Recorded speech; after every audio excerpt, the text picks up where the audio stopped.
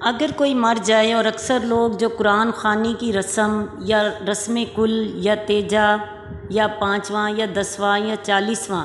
یہ سب رسوم باطل اور بدعت ہیں،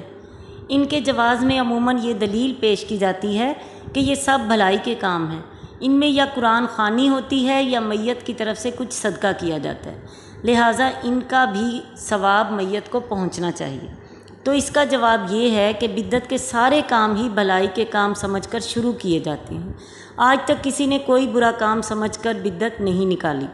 دیکھنا صرف یہ چاہیے کہ دور نبوی یا دور صحابہ میں وہ کام ہوا ہے یا نہیں،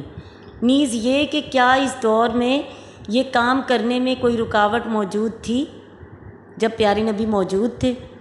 پھر جب اس دور میں کوئی رکاوٹ بھی موجود نہ ہو اور اس کے باوجود صحابہ نے وہ کام نہ کیا ہو، اس کو اگر کار ثواب یا دین کا حصہ بنا لیا جائے تو وہ یقیناً بدعت ہے، اور بدعت گمراہی ہے، اور گمراہی اس کا انجام جہنم ہے۔